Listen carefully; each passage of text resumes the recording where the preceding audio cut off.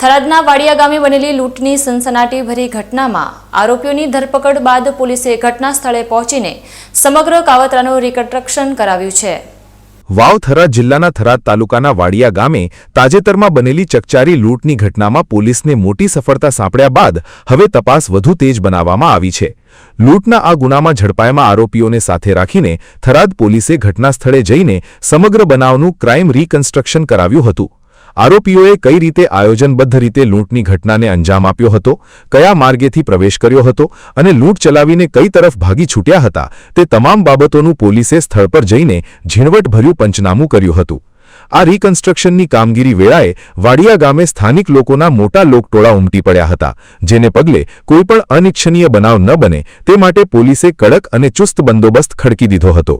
સમગ્ર પંથકમાં ભારે ચકચાર જગાવનાર આ લૂંટ કેસમાં આરોપીઓએ અન્ય કોઈ ગંભીર ગુના આચર્યા છે કે કેમ અને તેમની સાથે અન્ય કોઈ સાગરીતો સંડોવાયેલા છે કે નહીં તે દિશામાં પોલીસે સઘન પૂછપરછ અને તપાસનો ધમધમાટ ચાલુ રાખ્યો છે।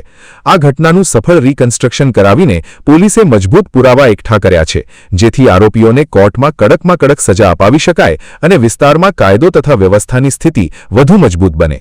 હાજાજી Rajput, BK news channel, Tharad.